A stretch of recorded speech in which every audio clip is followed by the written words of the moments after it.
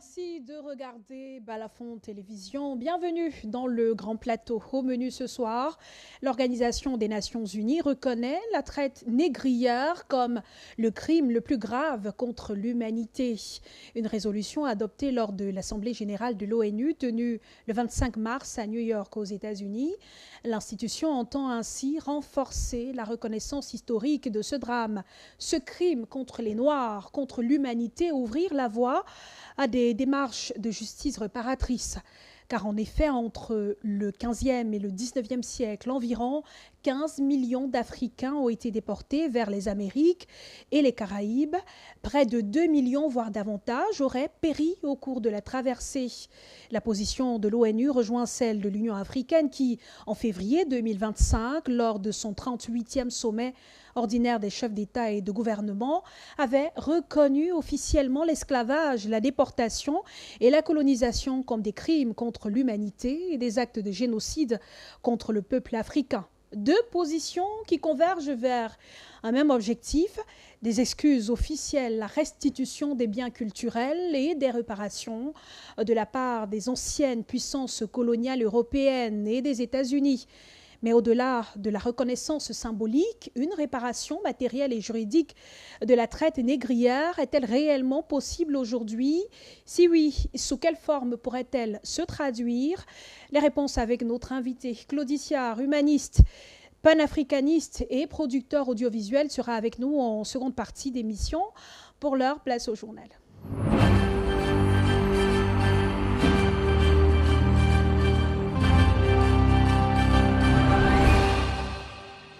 Plus d'une semaine après le meurtre de Divine Barga, la maison familiale de Nkwaban à Yaoundé reste plongée dans le deuil.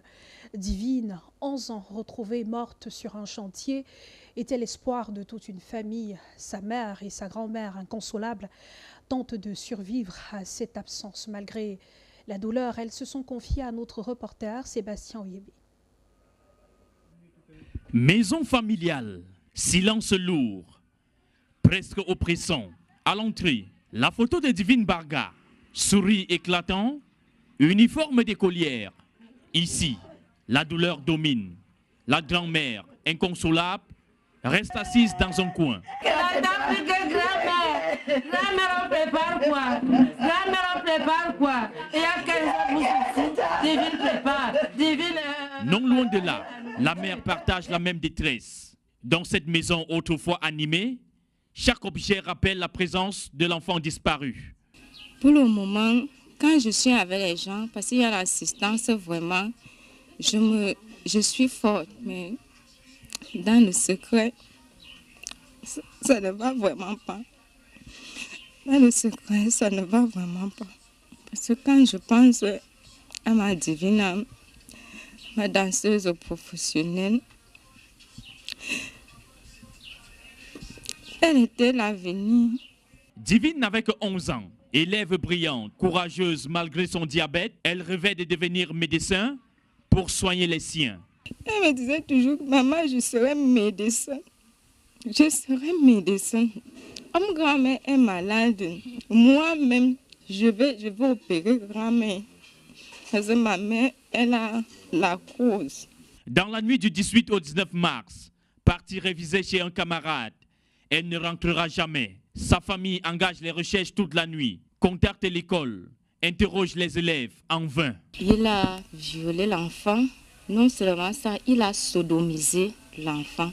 Parce que il y avait encore le sperme dans ses parties intimes qui coulaient encore. Donc il se trouve qu'il a continué l'acte en haut. Il a continué l'acte en haut avant de casser le cou. Au-delà de l'émotion, ce drame révèle la vulnérabilité des enfants et relance le débat sur leur protection. Pendant ce temps, la famille reste plongée dans une douleur profonde. Un enfant complice donc du meurtre de sa camarade de classe à seulement une dizaine d'années de vie, le fils d'Éric Mwadambé se retrouve impliqué aux côtés de son père dans l'assassinat de la petite Divine Barga. Comment l'innocence peut-elle basculer dans la barbarie entre emprise paternelle et innocence brisée? Un psychosociologue décrypte ce mécanisme. C'est dans cet élément que nous propose Jessica Tenos-Maché. Un garçon d'à peine 10 ans impliqué dans le meurtre de sa camarade Divine Barga. Un drame orchestré par son père, Eric Mwadambe. Au cœur de cette affaire, une relation père-fils marquée par la domination. L'enfant ne perçoit pas au départ qu'il y a un mal, un acte nocif que son père pose. Il pense au départ et il a déjà intégré que tout ce que son père fait est bon. Il est donc prêt à le protéger, prêt à protéger son père, prêt à le couvrir, quel que soit ce qui arrive. Au-delà de l'obéissance, la conscience de l'enfant est façonnée par le modèle parental. La force du papa est dominante sur la loi de la société. Donc ce n'est pas la loi que l'enfant intègre en premier, la loi c'est ce que son père dit. Donc, en fait, parce que le papa est généralement responsable du processus de socialisation. Lorsque l'enfant est formaté d'une façon ou d'une autre à la loi de son père et non à la loi de la société, c'est donc tout à fait logique qu'il ne soit pas toujours prêt à distinguer ce qui est bien de ce qui est mal. Pour le spécialiste, une sanction corrective reste nécessaire. C'est également le moment pour opérer ce qu'on pourrait appeler ici une forme de rupture, n'est-ce pas, qui permettra à l'enfant de distinguer ce qui est bien, véritablement bien, et ce qui est mal par rapport au mal, c'est-à-dire qu'entre l'autorité du parent qui peut être bien ou qui peut être mal et l'autorité de la société. Donc cette rupture va s'opérer à travers un acte comme celui-là. Lorsque, n'est-ce pas, la loi va s'appliquer et que l'enfant va être condamné, il va intégrer désormais que tout ce que ses parents disent, tout ce que son père dit, ce n'est pas ça qui est forcément bien. Entre le deuil d'une famille et le traumatisme d'un enfant complice, ce drame rappelle l'urgence de protéger l'enfance.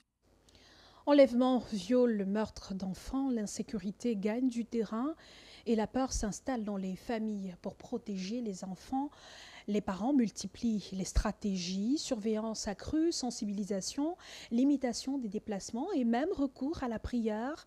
Linda Wininyassa a baladé son micro dans les artères de la ville de Douala. Quelques parents réagissent dans ce Vox Pop. Les enfants sont abandonnés à eux-mêmes. C'est pour ça qu'il y a toutes ces dérives-là. Quand nous on grandissait, on nous disait que tu ne dois pas aller chez le voisin. J'ai transmis cette éducation-là à mes enfants. Même quand ils sont tout petits, ils savent que j'ai montré l'aiguille. Quand l'aiguille est vous rentrez de l'école, quand l'aiguille est à 4, 12, donc 16 heures, vous partez jouer. Quand l'aiguille est déjà à 5 heures 12, vous rentrez, vous étudiez. Quand c'est déjà à 7, 12, vous allez vous laver et vous couchez. La base, c'est l'éducation. Puisque ceux qui sont les bourreaux de ces enfants d'aujourd'hui ont été des enfants hier. Nous devons d'abord nous poser la question de savoir qu'est-ce qu'ils ont reçu comme éducation. Avec tout ce qui se passe dehors concernant des enfants qui se font enlever par-ci et là, j'ai déjà inculqué à mon fils l'idée selon laquelle un inconnu t'appelle, tu ne vas pas. Je les contrôle au maximum en donnant d'abord l'exemple chez moi. Parce que quand moi je sors, si je dois aller quelque part, je dis aux enfants, si je dois rentrer tard, j'informe les enfants. Donc ce qui fait que quand l'enfant aussi doit sortir tard, il m'informe. S'il doit rentrer tard, il m'informe. Parce que ce que l'enfant ne voit pas chez le parent, lui ne copie pas. Donc les parents doivent être des exemples chez leurs enfants. Je suis serviteur de Dieu et je confie la vie de mes enfants à Dieu. Et je prie pour eux chaque jour, je veille, je prie sur eux chaque jour. Je recommande au Seigneur de les écarter de tout ce qui vient de l'ennemi. Je recommande au Seigneur de les éloigner du plan du malin. Et au sujet des crimes odieux sur enfants au Cameroun, un avocat plaide pour des sanctions sévères. Maître Bopou Tchana, face aux assassinats du petit Matisse, Grâce Divine et Amélie Tchaga, appelle à l'application stricte des peines prévues par le Code pénal pour protéger femmes et enfants et renforcer la lutte contre l'insécurité. Franck Duroc-Tassonquin est allé à sa rencontre. Seulement de fin 2025 à mars 2026, le tableau de bord de la société a été suffisamment peint aux couleurs des crimes dans plusieurs villes du pays. D'abord, bébé Matisse, poignardé par un bourreau déterminé à infliger une douleur à son géniteur. Et plus récemment, Grâce Divine, séquestrée, abusée sexuellement et retrouvée morte. Même sort, à l'exception du viol, pour bébé Amélie Tchaga, dont le bourreau est toujours en cavale. À cela s'ajoutent de nombreux cas de féminicide enregistrés qui suscitent de l'émoi. Maître Bopouchana, avocat au barreau du Cameroun, appelle la justice. Que les dispositions légales soient effectivement appliquées. Chaque fois qu'une disposition prévoit tel nombre de peines d'emprisonnement pour quelqu'un qui aurait porté atteinte à l'intégrité physique ou à la vie d'un enfant, qu'il y ait une certaine sévérité dans la sanction. Puisqu'on le dit, la connaissance du gendarme est le commencement de la sagesse. Ces derniers temps, les femmes et les enfants sont devenus des cibles privilégiées de certains prédateurs sexuels et des hommes, essentiellement violents. Pour le président du réseau des avocats, défenseurs des droits de l'homme et des personnes vulnérables, l'emprisonnement à vie face à de tels actes serait fait œuvre utile. Lorsque quelqu'un est condamné à passer le restant de ses jours en prison avec tout ce qui va avec comme travaux, comme supplices, comme choc psychologique, je pense que c'est plus efficace. Certains habitants de Bafoussam suivent de près ces actualités et interpellent le ministère de la Promotion de la Femme et de la Famille, l'État en général, face à la montée exponentielle des crimes dans la société. D'après nos confrères du journal en ligne Griotte, au moins 66 cas de violence ont été enregistrés en 2025. Et à propos, le ministre des Affaires sociales réagit. Elle condamne avec fermeté les récents cas d'infanticide et de violences graves sur des enfants au Cameroun. Dans un communiqué rendu public, Pauline Irène Guéné exprime sa profonde indignation et présente ses sincères condoléances aux familles durement éprouvées. La ministre réaffirme l'engagement du gouvernement à protéger les personnes vulnérables, surtout les enfants, et annonce le renforcement de la veille, de l'alerte communautaire, de l'accompagnement psychosocial et de la mobilisation des acteurs sociaux. Elle appelle enfin chaque citoyen à rester vigilant et à signaler sans délai toute situation suspecte ou tout acte de violence. À noter que le sujet sera au menu du Grand Plateau, édition de demain, mardi 31 mars 2026. Affaire Martinez-Zogo, l'audience piétine.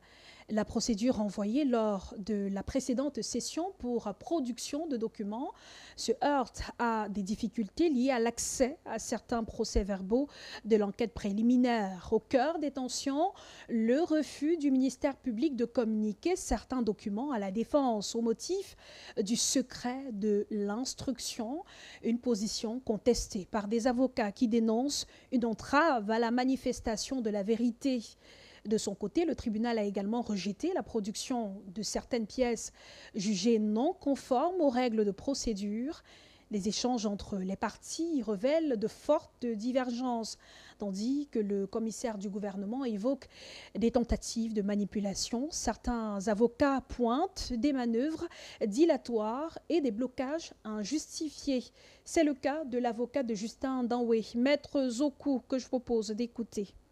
Très clair, l'avocat de la DGRE a voulu produire des procès-verbaux et des documents qui n'ont rien à voir avec la procédure. Et cette production de documents a été refusée par le tribunal et également par le ministère public, donc le procureur, qui s'y est opposé. Cela est légitime puisqu'il y a des règles pour produire de tels documents. Nous, personnellement, nous n'avons aucun souci avec tout type de documents qui peuvent être produits puisque nous ne comprenons pas pourquoi, après que le tribunal ait statué, nos confrères continuent de réclamer quelque chose qui a été rejeté légitimement par le tribunal. Nous voyons là encore une autre manœuvre pour retarder cette procédure et nous nous élevons fortement contre cette manière de faire parce que nous devons avancer vers la vérité. Et la défense insiste sur la nécessité d'accéder à tous les éléments, notamment dans le cadre du contre-interrogatoire, afin de confronter les déclarations des témoins.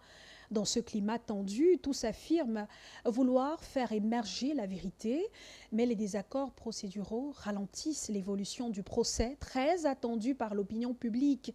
Écoutons Maître Claude Assira, avocat de la DGRE, au micro de Sébastien Oibé. De gens qui ont eu le culot, qui ont pris le risque, qui n'ont pas eu peur de ce que cette mort puisse être sue et qui ont assumé je vous signale en passant qu'il n'y a pas eu que la mort. Il y a eu la mise en scène de la découverte du cadavre pour bien montrer à tout le monde, à l'ensemble de l'opinion que faites attention, voici ce qui risque de vous arriver à vous aussi. Je pense que pour moi c'est suffisamment grave pour qu'on s'y arrête.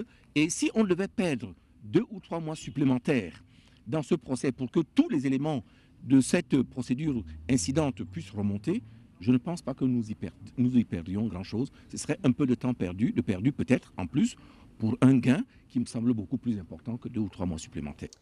Également dans l'actualité, plus de 6 000 emplois sont menacés au chantier naval et industriel du Cameroun à Limbé. Le projet du yard pétrolier, encore en quête de financement pour sa deuxième phase, est aujourd'hui fragilisé par un litige foncier lié à l'occupation de 10 hectares du site depuis le 23 mars. La situation suscite colère et mobilisation dans les rangs du personnel et des syndicats qui dénoncent. Le reportage de Gertrude Fernande-Bichoka. Sur le site du projet du yard pétrolier de Limbé, le constat est révoltant. Des plantations de bananes, de manioc et de papaye étendues sur des hectares ont subi la violence des tracteurs. Ces cultures nourrissaient les familles du personnel du chantier naval et industriel du Cameroun. Elles servaient aussi d'éléments dissuasifs contre toute tentative d'accaparement illégal. Nos champs, là on a investi physiquement, qui a été détruit, ces champs-là qui ont été détruits de la manière vraiment la plus inhumaine. Les tracteurs ont été sans pitié. Tout a été détruit, y compris certaines bornes. L'exploitant a pris soin d'en installer de nouvelles, comme pour délimiter sa propriété. Une propriété pourtant acquise et titrée par le chantier naval depuis juillet 2003. Depuis 2000, les années 2000, où la zone a été déclarée zone d'utilité publique, le chantier naval n'a jamais fait face à un tel problème, à un tel envahissement d'envergure. Sur ce terrain visiblement inoccupé, devraient sortir de terre des infrastructures d'envergure. Le yard pétrolier de Limbé, un projet stratégique visant à construire et réparer des plateformes pétrolières dans le golfe de Guinée. Les zones en question qui font l'objet d'envahissement, ce sont des zones qui avaient été prévues pour la construction d'un château d'eau, pour la construction de réserves d'eau, de lutte contre l'incendie, qui devaient aussi bénéficier à la ville de Limbé. Il en est de même du château de 400 mètres cubes qui est prévu être construit à cette zone. Malheureusement, ce litige foncier laisse souffler un vent d'incertitude sur le financement du projet où plus de 6 000 emplois sont annoncés. Nous attendons de recevoir un dock flottant d'une très grande capacité. Il faut un minimum de 35 milliards. Vous voyez donc si le titre foncier est attaqué ou querellé, c'est un impact négatif pour le projet. Face à cette situation, une réunion est annoncée ce mardi 31 mars 2026 à la sous-préfecture de Limbé 2e. En attendant, la colère gronde. Pancarte au sol, le personnel dit non à l'envahissement du domaine du CENIC, chantier naval et industriel du Cameroun. Budget 2025, 4 milliards 900 millions de francs CFA pour améliorer le quotidien des populations à Bafoussam. Le Conseil de la communauté urbaine a adopté en fin de semaine dernière le compte administratif de l'exercice précédent. Des investissements orientés vers des projets structurants, reprofilage des routes, éclairage public et construction de la nouvelle tribune de la place des Fêtes. Joël Ferdinand Ewané nous en dit davantage. C'est à l'unanimité que les conseillers de la communauté urbaine de Bafoussam ont validé le budget administratif 2025. Le taux de recouvrement a atteint 57,96%, une nette progression par rapport à 2024. Le maire se dit fier de cette avancée. Je pense que les conseillers se sont félicités eux-mêmes et ont félicité l'exécutif parce que si on peut faire un petit regard en arrière, on peut voir que quand nous arrivions ici en 2020, en février 2020, le dernier compte administratif connu, qui était celui de 2019, était de 1,5 milliard et poussière. Et si au bout de 5 années, nous nous retrouvons à ces chiffres, cela signifie qu'il y a une croissance continue. Le préfet de la MIFI, Christophe Ofié-Mboueda, présent lors des travaux, a formulé quelques recommandations. j'appelle votre attention, monsieur le maire, sur la nécessité de suivre avec la plus grande diligence l'entreprise en charge des travaux de construction de la tribune municipale. 2.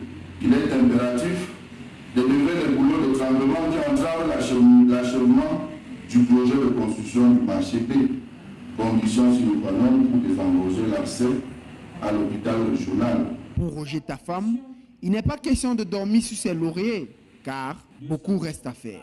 L'éclairage des rues, le bitumage de certains tronçons et surtout nous avons la tribune de la place des fêtes qui est en construction. Nous allons passer d'une tribune qui avait de la peine à avoir 300 places à une tribune de 1200 places. Le budget 2026, voté en décembre dernier, prévoit une enveloppe de 7,5 milliards de francs, marquant une augmentation des ressources destinées au développement de la ville.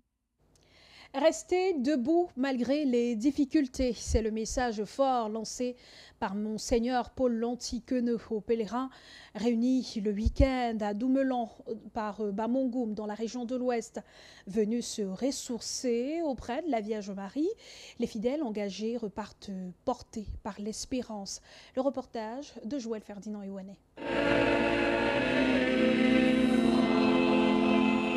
Une fine pluie, comme un signe de bénédiction, a accompagné le pèlerinage au sanctuaire Notre-Dame de Doumelan, dans le 3e arrondissement de Bafoussam. Dès l'entame, Monseigneur Paul Lantiqueneux rappelle aux fidèles les dispositions d'un bon pèlerinage. On quitte ses habitudes, on laisse voir un peu de son quotidien, on oublie la faim, on oublie la misère, on oublie les injustices, on oublie les intimidations.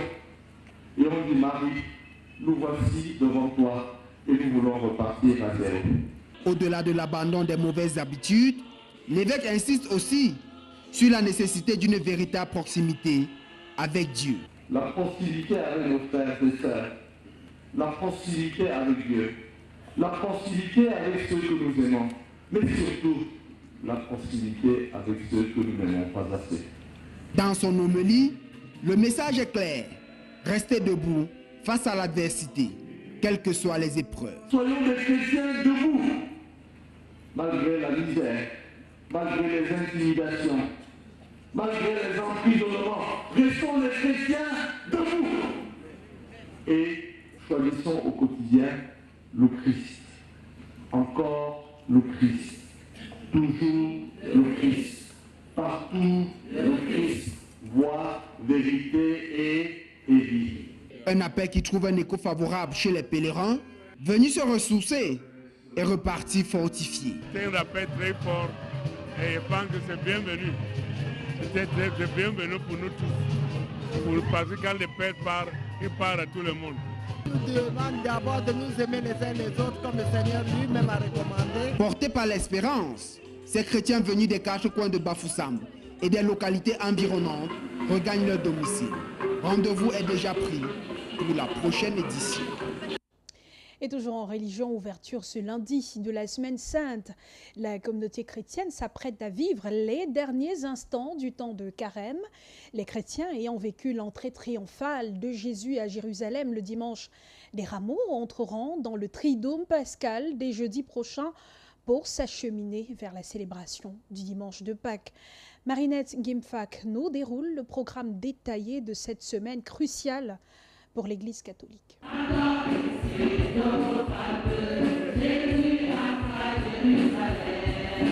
L'entrée triomphale de Jésus à Jérusalem, célébrée le dimanche des Rameaux, marque le début de la Semaine Sainte. Dès ce lundi 30 mars, la communauté chrétienne au Cameroun amorce le dernier virage du temps de Carême. Les temps forts de ce Triduum pascal qui démarre jeudi s'ouvrent avec la célébration du dernier repas, la Sainte Seine, et s'achève dimanche de Pâques. Chez les chrétiens protestants, le Triduum pascal s'ouvre avec la Sainte Seine, tandis que chez les catholiques, le lavement des pieds est mis en avant comme signe de service et d'humilité.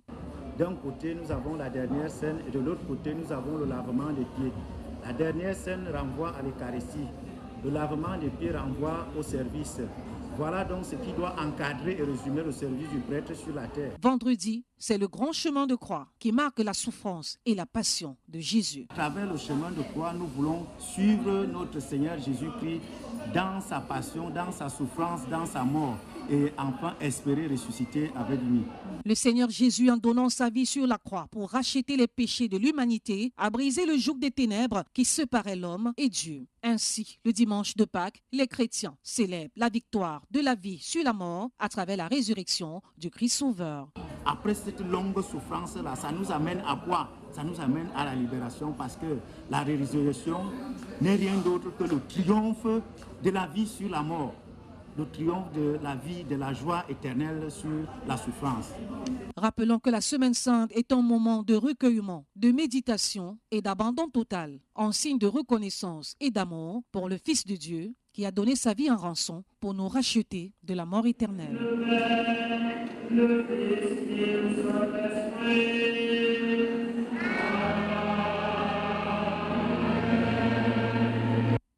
Dans l'actualité sportive, précisément en football, ça bouge du côté de la Confédération africaine de football. Le secrétaire général Véran Mosengo Omba a annoncé sa démission. L'information a été rendue publique par l'intéressé lui-même à travers une lettre adressée au comité exécutif de l'instance. Sur le plan local, en MTN Elite One, Unisport du Oncam termine champion honorifique de la phase allée.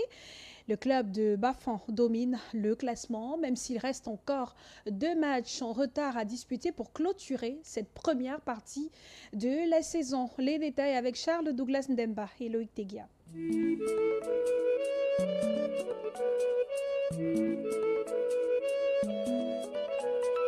Illégal, Véron Mosengo l'était depuis plus de 3 ans. À 66 ans, le Congolais secrétaire général de la Confédération africaine de football avait dépassé l'âge limite de départ à la retraite, fixé à 63 ans, selon les tests de la CAF. Son départ intervient surtout dans un contexte de crise sans précédent à la Confédération africaine de football. Le chaos de la finale de la Coupe d'Afrique des Nations au Maroc commence seulement, selon plusieurs experts, à faire des victimes. Cette finale qui joue des prolongations au tribunal arbitral du sport. En poste depuis 2021, son passage a été marqué par plusieurs scandales sur le football africain. Au Cameroun, en local, encore 2 rencontres pour la fin de la phase aller en MTN Elite One. Des matchs en retard qui ne vont rien changer au classement, du moins à sa tête. Unisport du Oncam termine champion honorifique de la phase aller avec 26 points. Laurent Jambe et ses hommes n'ont rien d'un club promu. Le premier objectif du maintien est en bonne voie. Des idées de titres pourraient trotter dans les têtes pour mettre fin à une longue période d'attente de 30 ans. Oui, le dernier titre de Unisport du Oncam en championnat remonte en 1996. 179 buts ont été marqués en 82 matchs, soit une moyenne de 2 buts par match. En attendant, les matchs en retard de la 7e journée qui se disputeront ce mercredi, Colombe, PW de Bamenda et Panthère Sportif d'Undé, Dynamo de Douala, ce qui fera un total de 84 matchs. Les 2 mauvais élèves de cette première phase sont Aigle Royal du Mongo, Lanterne Rouge et avant-dernier, Stade Renard de Melon. À l'international, élections, réélections et investitures rythment l'actualité politique africaine. La CEDEAO se prépare à déployer une mission d'observation en vue de la présidentielle au Bénin. Au Congo-Brazzaville, Denis Sassou Nguesso est annoncé largement vainqueur avec 94,90% des voix. Et en Centrafrique, Faustin Archange Touadéra a prêté serment. Ce lundi, Gertrude Fernande Bichoka signe la page étrangère. Devant plus de 15 000 spectateurs au stade Barthélemy Boganda de Bangui, Faustin Archange Touadéra a prêté serment. Réélu avec 77,90% des suffrages lors de la présidentielle du 28 décembre 2025, ce chef d'État entame ainsi un 3e mandat de 7 ans. Il s'est engagé à respecter la Constitution, les lois de la République et à servir le peuple centrafricain. Une victoire validée par le Conseil constitutionnel. Cette nouvelle investiture intervient dans un contexte marqué notamment par l'érection récente d'une statue à son effigie dans la capitale. Au Congo-Brazzaville, la Cour constitutionnelle a également validé la réélection de Denis Sassou Nguesso. À 82 ans, il entame un 5e mandat avec 94,90% des suffrages et restera au pouvoir jusqu'en 2031. Pour ces 6 challengers, cette victoire reste contestée. Dave Mafula, candidat lors du scrutin du 15 mars, avait demandé l'annulation de l'élection, mais sa requête a été rejetée par le Conseil constitutionnel. Pendant ce temps, au Bénin, la campagne pour l'élection présidentielle du 12 avril se poursuit.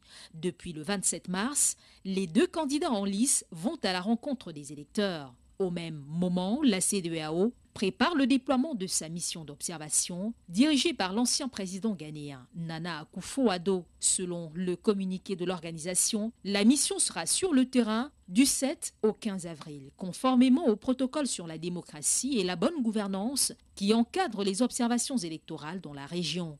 Près de 7 900 000 électeurs sont appelés aux urnes pour élire le successeur de Patrice Talon, dont le mandat se termine en mai prochain.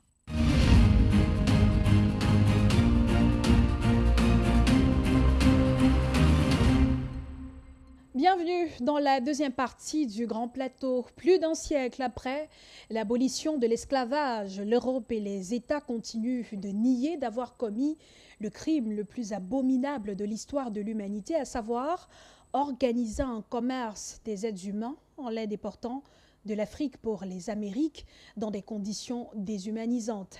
Les descendants de ces négriers blancs s'opposent à la reconnaissance de toutes ces horreurs commises en dépit de l'adoption d'une résolution par l'Assemblée générale des Nations unies à New York sur ce devoir de mémoire. La lecture de Jean-Paul Chouniat. La date du 25 mars 2026 marque un tournant décisif dans l'histoire des peuples d'Afrique. La reconnaissance enfin par l'Assemblée générale des Nations unies de l'esclavage comme crime le plus grave contre l'humanité. L'adoption de cette résolution est qualifiée de déterminant vers la restitution d'une vérité longtemps régnée sur les exactions commises par les négriers venus d'Europe. Arracher 10 millions de Noirs à leurs familles, les déporter dans des conditions inhumaines vers le continent américain. Et cette déshumanisation des enfants d'Afrique a duré près de 4 siècles, avec des hommes et femmes torturés à mort, d'autres jetés dans les eaux glaciales pendant les traversées des océans Atlantique et Pacifique, et les survivants déversés dans des plantations de café, coton et canne à sucre au Brésil, aux États-Unis et dans les Caraïbes.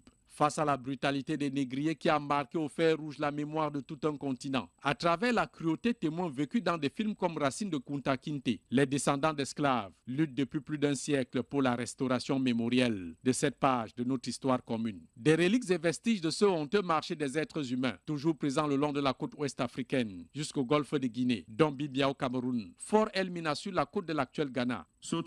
Aujourd'hui, nous sommes rassemblés solennellement et solidairement pour proclamer la vérité et poursuivre le chemin vers la guérison et la justice réparatrice. L'adoption de cette résolution sert également de garde-fou contre l'oubli. Dans cette quête de reconnaissance internationale d'un crime grave contre l'humanité depuis l'abolition de l'esclavage en 1863, l'Afrique obtient enfin gain de cause. 123 pays ont voté pour. Les États-Unis, l'un des grands bénéficiaires de ce trafic humain à ciel ouvert, a voté contre cette résolution. Des générations ont été brutalement exploitées pour leur travail et privées de leur humanité fondamentale. Ces actes monstrueux étaient au cœur d'un ordre économique et social mondial. Quant au cerveau penseur de ce commerce triangulaire, 52 États membres de l'ONU, parmi lesquels les 27 pays de l'Union européenne, ont préféré ne pas se regarder dans le miroir, s'abstenant de tout vote, en l'occurrence les principales puissances coloniales de l'époque, l'Allemagne, Espagne, Portugal, Italie, Grande-Bretagne et la France. Nous regrettons aussi que cette résolution semble établir une hiérarchie entre les crimes contre l'humanité. Outre qu'une telle approche soulève de sérieuses difficultés juridiques, elle risque aussi de mettre en concurrence des tragédies historiques qu'il n'y a pas lieu de comparer, sauf à le faire au détriment de la mémoire des victimes. Certainement, tous les descendants de ces anciens marchands de la dignité humaine redoutent l'ouverture des procès en cascade et l'exigence d'une réparation des torts causés au continent pouvant se chiffrer à plusieurs milliers de milliards de dollars et d'euros à payer aux Africains. Un premier pas a donc été franchi. What next? Est-on en droit de se demander face au silence des Européens? Et on évoque ce fait historique avec un humaniste, panafricaniste et un confrère, producteur audiovisuel, Claude Issard. Et En direct de Paris. Bonsoir Claudicia. Bonsoir cher Claude, merci de m'accueillir. Alors, on l'a appris le 25 mars dernier. D'ailleurs, vous en avez fait écho sur votre page officielle Facebook. L'ONU reconnaît la traite négrière comme le crime le plus grave contre l'humanité. Qu'est-ce qui change après cette reconnaissance? Nous avons été coupés. Je pense que vous vouliez dire qu'est-ce que je pense de tout cela? Oui, qu'est-ce qui change? Oui, après cette reconnaissance de l'ONU. Écoutez, il y a plusieurs choses. Vous savez, ce combat-là, en réalité, c'est une victoire, pas uniquement pour alors le président du Ghana, le Togo, le Bénin, tous les pays de l'Union africaine d'ailleurs, puisque ce texte a été adopté en première instance, si je puis dire, par l'Union africaine pour qu'il soit présenté à la tribune des Nations Unies, par le secrétaire général, M. Guterres, et le président du Ghana, évidemment, qui a porté ce texte-là. C'est une victoire présente, mais c'est une victoire du passé également. Toutes les femmes et tous les hommes qui sont engagés dès le début du XXe siècle pour qu'il y ait cette reconnaissance-là et pour que cesse... Parce qu'après l'esclavage, il y a eu la ségrégation. Et lorsqu'on est au début du XXe siècle, il y a encore l'esclavage dans certains territoires. La ségrégation ressemble un petit peu à ça, l'exploitation, et puis également sur le continent. Et puis il y a toutes ces femmes et tous ces hommes qui ont résisté durant la période esclavagiste. Et si vous voulez, cette reconnaissance aujourd'hui, c'est la reconnaissance des sévices infligés de génération en génération à des femmes, à des hommes et à des enfants. Ouais. Des sévices qui ont laissé des traumatismes dans les comportements. Comportement des Afro-Américains, comportement des Afro-Caribéens. Et puis, il y a des séquelles également, puisque ça a bouleversé totalement les sociétés africaines, puisque c'est de là d'où étaient déportés que les femmes, encore une fois, les hommes et les enfants. Je suis le fruit, moi, de l'esclavage, puisque je suis un Africain de la Caraïbe, de la Guadeloupe. Donc, je peux vous dire qu'il y a des choses que je peux partager avec vous, que peut-être bon nombre de frères et sœurs sur le continent africain ne peuvent pas ressentir et comprendre, parce que nous sommes nés, nous avons vécu, nous avons souffert sur des terres de déportation. Et ça, si vous voulez, c'est quelque chose qui mérite d'être mis en avant. Et je pense qu'il y a encore des traumatismes qu'il faut pouvoir guérir. Donc c'est une grande victoire. Je vais peut-être devancer, cher Claude, votre question, mais je regrette beaucoup.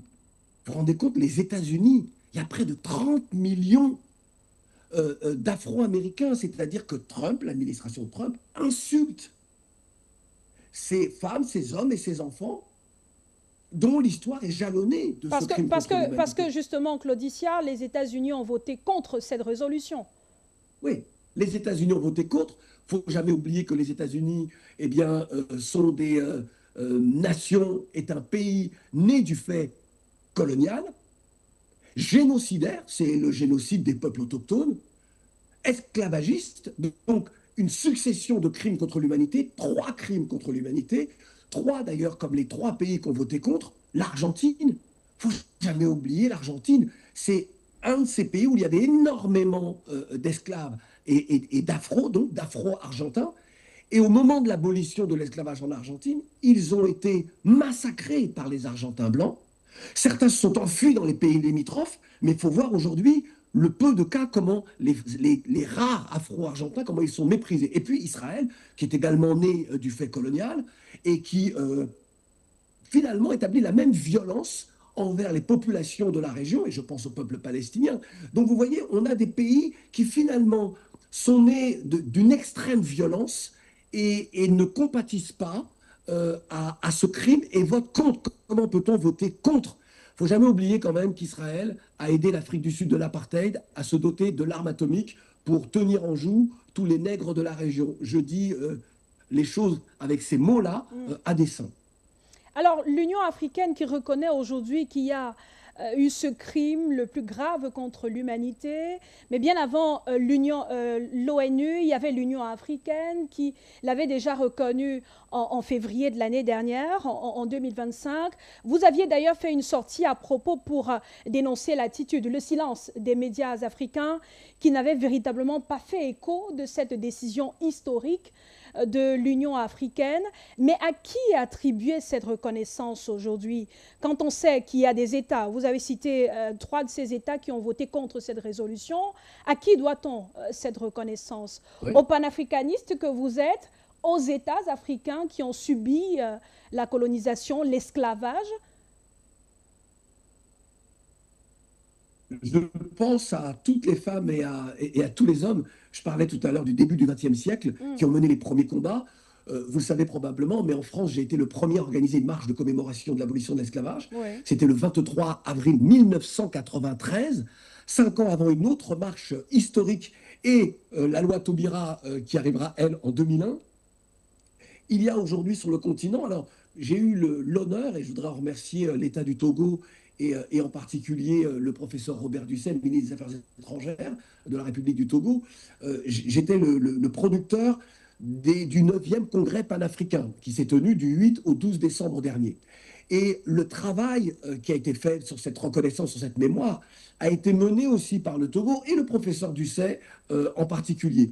Mais si vous voulez, et c'est là où c'est très important, moi, il y a 25 ans, je disais déjà à certains responsables politiques, à des intellectuels, à de grands capitaines d'industrie, comment voulez-vous que l'on nous respecte si on attend des autres et des anciennes puissances esclavagistes qu'elles reconnaissent que l'esclavage fut un crime contre l'humanité, et si nous-mêmes, nous ne sommes pas capables de reconnaître cela, de légiférer sur cette question-là. Et j'ai proposé quelque chose, d'ailleurs c'était déjà en 2023 lorsque nous avons fait le lancement du 9e congrès panafricain, et là, lors du congrès en 2025, en décembre 2025, qu'il y ait une journée officielle à la mémoire des millions d'Africains déportés et des victimes de la colonisation, de crimes contre l'humanité. Mais il y a une prise de conscience aujourd'hui en Afrique qui est extraordinaire, qui est exceptionnelle, peut-être parce qu'il y a un renouvellement de génération aussi, ceci pouvant expliquer cela. Et puis il y a une société civile aussi, il y a des jeunes qui poussent, qui sont d'un panafricanisme flamboyant, extraordinaire, et qui finalement obligent certains politiques, pas tous, mais obligent certains politiques à prendre leurs responsabilités et à dire les choses et à ne plus avoir peur. Parce qu'il faut qu'on soit honnête. Bon nombre de dirigeants sur le continent ont toujours eu peur de ce que penseraient les Occidentaux s'ils allaient sur un tel terrain. Justement, avec cette situation que vous décrivez, cette peur de chefs d'État, de certains chefs d'État africains, comment peut se faire la réparation tant demandée par les victimes de l'esclavage? Alors, la question des réparations est une question épineuse et les réponses ne sont pas si simples à donner. Je vous prends un exemple. Vous, Claude, il y a dans vos ancêtres probablement des personnes qui furent déportées vers les Caraïbes, les Amériques ou l'océan Indien. Oui. Vous, aujourd'hui, pouvez-vous, c'est difficile de dire que je vais demander, en sonnant et trébuchant, des réparations en ce qui concerne ce qui a été commis. Et pourtant, dans le même temps, les États seraient différents si il n'y avait pas eu l'esclavage, et n'oublions jamais que le corollaire de l'esclavage, c'est la colonisation après. Donc, pour les crimes de la colonisation, moi je pense que pour l'Afrique, il y a des dédommagements en sonnant et trébuchant, et pas seulement. Mais pour l'Afro-Caribéen que je suis, pour l'Afro-Caribéen que je suis, on peut très bien estimer qu'il faudrait que mes ancêtres, qui ont subi, qui ont travaillé sans salaire, devraient normalement il devrait y avoir des indemnisations. Mais moi, je vais vous dire, je vais être très clair avec vous. Jamais je n'accepterai une somme d'argent sur, encore une fois, ce qui a été infligé à mes ancêtres et sur les travaux qui leur ont été infligés et qui n'ont jamais été payés. Je serais dans l'indignité si j'acceptais de l'argent. Maintenant, la terre guadeloupéenne, qui est la mienne, subit encore les inégalités de traitement. Et peut-être qu'une façon de réparer, eh bien, c'est d'accompagner nos territoires, moi je suis indépendantiste, mais d'accompagner nos territoires dans 20 ans, 30 ans ou 40 ans vers une indépendance, ou en tout cas aujourd'hui et maintenant, c'est mettre un terme aux inégalités de traitement. Vous ne pouvez pas imaginer les disparités qu'il y a. Et d'ailleurs, les territoires d'outre-mer sont régis par un ministère des Outre-mer qui était l'ancien ministère des colonies.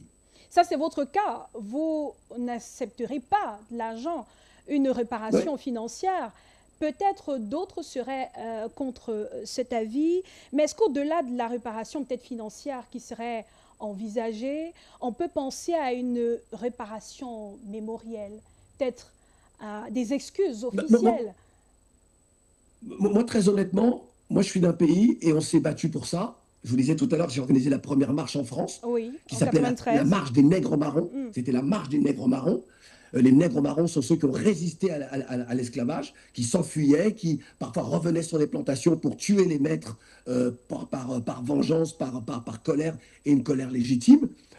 Lorsque je vous disais que moi, en tant qu'individu, je n'accepterais pas une somme d'argent, mais si mon territoire, qu'on appelle la Guadeloupe, était indépendante, ce ne serait pas la même chose. Ce serait au gouvernement que l'on pourrait donner une certaine somme ou donner des possibilités d'un développement. Haïti doit être indemnisé parce que lorsque Haïti a remporté sa guerre contre la volonté de Napoléon Bonaparte de rétablir l'esclavage en 1802, la dernière grande bataille, c'était la bataille de Vertières, du 18 novembre 1803. Et donc, l'armée de Jean-Jacques Dessalines, de Pétion, je cite quelques généraux, Christophe et tout cela, ont mis en pièces l'armée napoléonienne qui, à l'époque, était la plus puissante armée du monde. Et jamais dans l'histoire, il n'y a eu une autre armée composée d'Africains de la Caraïbe ou d'ailleurs, qui ont vaincu une armée française. Mais ils ont été rançonnés. Et je crois que la dette a été payée durant les années 60. Il faut rembourser cette dette à Haïti, parce que la situation d'Haïti s'explique par cette dette-là. Lorsque la Barbade demande des réparations, la Barbade est un territoire indépendant. Et la Barbade peut demander des réparations, et l'Angleterre doit pouvoir payer des réparations à l'île de la Barbade et à d'autres îles indépendantes donc de la Caraïbe. Mais est-ce que les États africains, compte tenu de la situation économique de l'Afrique et de certains pays, est-ce que ces États pourraient bouder une réparation financière si jamais celle-ci leur était destinée? Parce qu'il y a des États qui ont été victimes de l'esclavage, de la traite négrière, et il y a des familles également. Alors, parce que les États dont nous parlons aujourd'hui n'existaient pas, même si on peut considérer, puisqu'on parlait du Ghana, l'empire du Ghana existait, mais n'existait pas dans les frontières que nous connaissons aujourd'hui, qui sont des frontières héritées de la colonisation. Mais je pense que la question des réparations se pose. Mais la question avant tout mémorielle se pose. La question de l'enseignement sur le continent de l'esclavage se pose. Pourquoi ? Parce qu'il y a énormément, et vous savez, en plus de 30 ans sur le continent, je me suis rendu compte que bon nombre d'Africains jeunes ou moins jeunes ne connaissaient pas cette histoire-là. Et c'est là peut-être où il y a un vrai travail à faire. Lorsque vous ouvrez un livre d'histoire, quel que soit le pays, au Cameroun ou au Togo ou en Côte d'Ivoire, cette histoire-là n'est pas relatée. Et c'est volé. Si on n'est pas capable d'avoir un vrai récit pour dire qui nous sommes, on ne peut pas se construire. Et si on ne base la réparation que sur des questions financières, on a un problème. Il faut que nos imaginaires également, que l'éducation précède j'ai envie de vous dire, les demandes financières. Mais les demandes financières, chez certains, sont légitimes. Il faut les entendre et il faut que les puissances occidentales les entendent. Et puis, je voudrais juste terminer sur la France. Oui. Vous vous rendez compte l'insulte de la France? Il y a 2 lois mémorielles sur la question de l'esclavage. Je citais tout à l'heure la loi Taubira de 2001 et la loi du 23 mai 98 qui nous permet à nous, descendants d'esclaves, eh bien, de se recueillir à la mémoire de nos ancêtres. Comment la France peut-elle aujourd'hui insulter une frange de sa population? Eh bien, vous voyez, l'extrême droitisation de la vie politique française, elle s'exprime de cette façon-là. C'est un crachat à notre visage. Claudicia, vous l'avez dit tout à l'heure, vous avez initié en 93 une marche pour commémorer justement l'abolition de l'esclavage. Est-ce que c'est une démarche comme celle-là que devraient adopter les Africains, les Noirs, les jeunes Africains, pour obtenir réparation, justice et respect de leur dignité? Oui, mais encore faut-il savoir auprès de qui ils réclament cela. Je vous disais tout à l'heure, il est important que les autorités de tous les pays acceptent cette idée dont je vous parlais, d'une journée officielle africaine à la mémoire des millions d'Africains déportés et des victimes de la colonisation. Et je vais vous donner un exemple très parlant. Qui peut imaginer aujourd'hui qu'Israël ne rende pas hommage à toutes les victimes de la Shoah et qu'il n'y ait que l'Allemagne qui rende hommage à tous ses suppliciés? C'est impensable. Eh bien, c'est ce que l'Afrique fait aujourd'hui. Elle est, sauf quelques pays, sauf le Sénégal depuis longtemps, le Bénin, mais en réalité, tous les pays semblent avoir oublié. L'Afrique est le continent du culte des ancêtres. Comment se fait-il que ces ancêtres-là aient été oubliés? Ben, vous savez pourquoi? Parce qu'entre-temps est passée l'idéologie coloniale et le rejet des autres. Oui, les Antillais sont des gens, ce sont des vendus. Et aux Antillais, on a dit, bah, les Africains, ce sont eux qui vous ont vendu, vos frères vous ont vendu. Vous voyez, il y a toutes sortes de conneries de ce genre, comme si au moment de l'esclavage, un Dioula est le frère d'un Douala. Non, pas du tout. Tout comme en Europe, un Romain n'est pas le frère d'un Gaulois, ni d'un Visigoth, ni d'un Viking. Hein, c'est exactement la même chose. La notion de fraternité entre afro, elle naît avec l'afrocentrisme et le panafricanisme dans les Caraïbes au début du XXe siècle. C'est ça la réalité. Et c'est comme ça que cette fraternité, après, arrive sur le continent. Je referme cette parenthèse, mais elle est très importante. Donc aujourd'hui, c'est nous qui devons prendre nos destins en main. Moi, je vous vois dans un magnifique studio, Claude. J'ai connu l'époque où c'était compliqué, la télévision sur le continent, et il fallait regarder d'autres médias et les médias français pour avoir le sentiment d'exister. Quand je vous vois là, je vois la professionnelle que vous êtes et moi je vous suis, voilà, je me dis qu'on a fait un pas. Et bien sur les questions mémorielles, il est important également que nos dirigeants fassent plus qu'un pas, fassent des pas et des pas significatifs. Donc l'Afrique devrait faire le pas. L'Afrique, les Africains, les chefs d'État africains. C'est à elle d'écrire son histoire. C'est nous qui devons écrire notre récit. Il faut qu'on arrête d'attendre des autres qu'ils écrivent pour nous et après que nous allons nous plaindre parce que ce n'est pas écrit comme nous l'aurions souhaité. Il faut que ça cesse. Nous devons prendre nos destins en main. Ça y est, c'est fini. L'idéologie coloniale a dit de nous que nous étions de grands enfants, ce qui est totalement faux. Nous n'avons jamais été de grands enfants, nous avons été opprimés et oppressés. Est-ce qu'aujourd'hui, on n'est pas capable de dire « c'est nous qui écrivons notre histoire » ? Avons-nous encore à ce point peur de ce que les autres penseraient de nous ? Et je voudrais vous dire, il y a une phrase que j'aime à répéter. On doit bâtir un monde qui nous ressemble et qui nous rassemble. Et ne soyons plus jamais dans le regard de l'autre ce qu'il pense que nous sommes ou ce qu'il voudrait que nous soyons. Claude Issiard, je voudrais, avant de refermer cet entretien, évoquer un sujet avec vous. On l'a appris la semaine dernière, on a appris votre départ de RFI, on a appris la fin de l'émission Couleurs tropicales. On a vu ce communiqué de votre ancienne maison où vous avez passé plus de 30 ans, 31 ans précisément. On a appris que vous étiez arrivé là-bas en fin de contrat.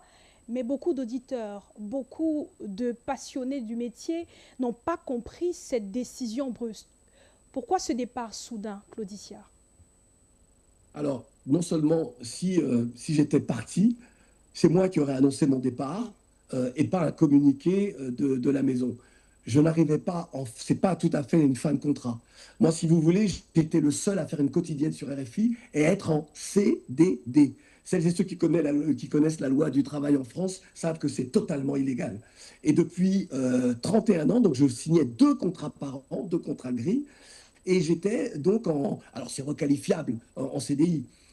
Si j'ai été remercié, parce qu'en réalité c'est ça, j'ai été licencié et remercié, c'est tout simplement parce que mes prises de position humanistes, panafricanistes, mon opposition à Israël qui massacre des Palestiniens, mon opposition aux États-Unis qui oppriment des pays à travers le monde, gêne. Et je vous le disais tout à l'heure, nous sommes dans une extrême droitisation de la vie française. L'extrême droite est aux portes du pouvoir. Je devrais même dire que les idées d'extrême droite sont déjà dans la politique de l'exécutif français.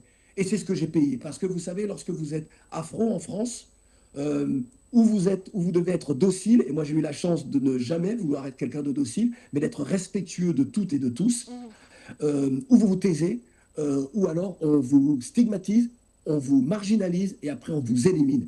Ben, il a fallu 31 ans pour que ça arrive et aujourd'hui ils ont décidé de cela. Alors pour l'instant, les avocats discutent parce que c'est pas aussi simple que ça. Mais je voudrais quand même juste dire que c'est une maison que j'ai beaucoup aimée, parce que j'aimais travailler avec des collègues, parce que j'aimais des femmes et des hommes qui étaient à l'antenne, des femmes et des hommes qui n'étaient pas à l'antenne. Ça va des gens de la restauration, aux femmes de ménage, aux gens de la sécurité. J'ai aimé tous ces gens, j'ai aimé le travail qu'on y a fait. L'équipe de Couleur Tropicale, c'était un peu l'État dans l'État, c'était une vraie famille. Et on a développé plein de choses, on a rendu, je pense, on a assumé notre mission. Mais je vous dis encore une fois, s'il n'y avait pas eu une commission parlementaire sur l'audiovisuel public français, si je n'avais pas ces positions humanistes et panafricaines, jamais je n'aurais été. Mais comme tout le monde a peur, ils se sont dit, allez, on va se séparer de lui, et comme ça, c'est terminé. Une nouvelle vie s'ouvre, je vois. Oui, voilà. Pour vous êtes donc remercié pour vos positions, puisque vous défendez fermement l'émancipation des peuples noirs. Pour vous, c'est une belle raison de poursuivre le combat, malgré cette situation vécue à RFI? Oui, totalement. Alors, moi, je dirige également deux chaînes de télévision pour le groupe New World TV. Et puis, alors, on a une société de production audiovisuelle. Il y a également, vous aviez tout à l'heure derrière vous le logo de Génération Consciente, parce que ça y est, le mouvement Génération Consciente, ben, nous le lançons plutôt que prévu. C'est mon licenciement qui explique ça. Ouais. Et regardez les couleurs. Alors, selon les pays, il y aura le bleu, blanc, rouge et les couleurs de l'Afrique, parce que c'est très important. Et ce mouvement citoyen, nous organisons d'ailleurs une grande marche le samedi 3 octobre à Paris, qui va s'intituler « Tout le monde debout », refus de devoir hypothéquer nos vies, refus de la discrimination. Et on a un slogan: pour que la République soit respectée de tous, elle doit être respectable pour tous. Nous sommes des millions en France et je peux vous assurer qu'on peut faire basculer une élection. Et puis nous ferons tout pour que l'État français légifère sur la question du vote obligatoire. Je peux vous assurer que l'extrême droite n'a pas envie de ça, mais c'est vraiment... Vous avez suivi Bali Bagayoko, ce qui lui arrive, maire de Saint-Denis, Pierrefitte, les insultes, le racisme dans les médias français. Eh ben moi, je suis un peu victime de ça. Je suis un peu victime de cette ambiance-là. Je ne dis pas que Marie-Christine Saragosse sur RFI est raciste, la patronne de France Média Monde, puisque c'est une amie. Mais le fait est de constater que j'ai été remercié pour mes prises de position. C'est écrit, c'est signifié sur le document qui m'a été envoyé, et pas pour autre chose. Alors, et pour Couleur Tropicale, c'est la fin, puisque Claudie Sial a dit de ne prendre pas sa retraite. Mais qu'en est-il de Couleur Tropicale? Ben écoutez, les réseaux sociaux de Couleur Tropicale, ça va être Génération Couleur Tropicale. Ça déjà, c'est une première chose. Et puis je crois qu'il faut développer nos médias sur le continent. Vous savez, il y a une chose essentielle. Est-ce qu'aujourd'hui, l'Afrique, et l'Afrique francophone en particulier, a-t-elle besoin du narratif médiatique français? Si oui, les médias français doivent s'adapter à nous. Moi, j'étais le seul sur RFI, le seul afro à faire une quotidienne, alors que 95% de l'audience de RFI se fait en Afrique francophone. Il y a un problème. Est-ce que, sur Balafon, est-ce que vous n'avez que des journalistes coréens?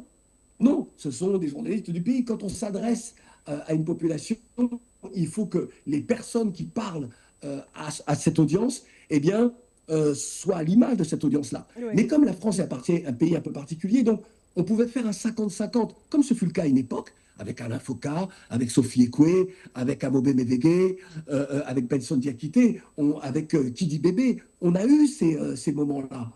Mais là, aujourd'hui, j'étais donc le seul. Et moi, en interne, je peux vous dire que j'étais devenu un peu l'ennemi de l'intérieur parce que je disais, c'est pas normal. Ce n'est pas normal.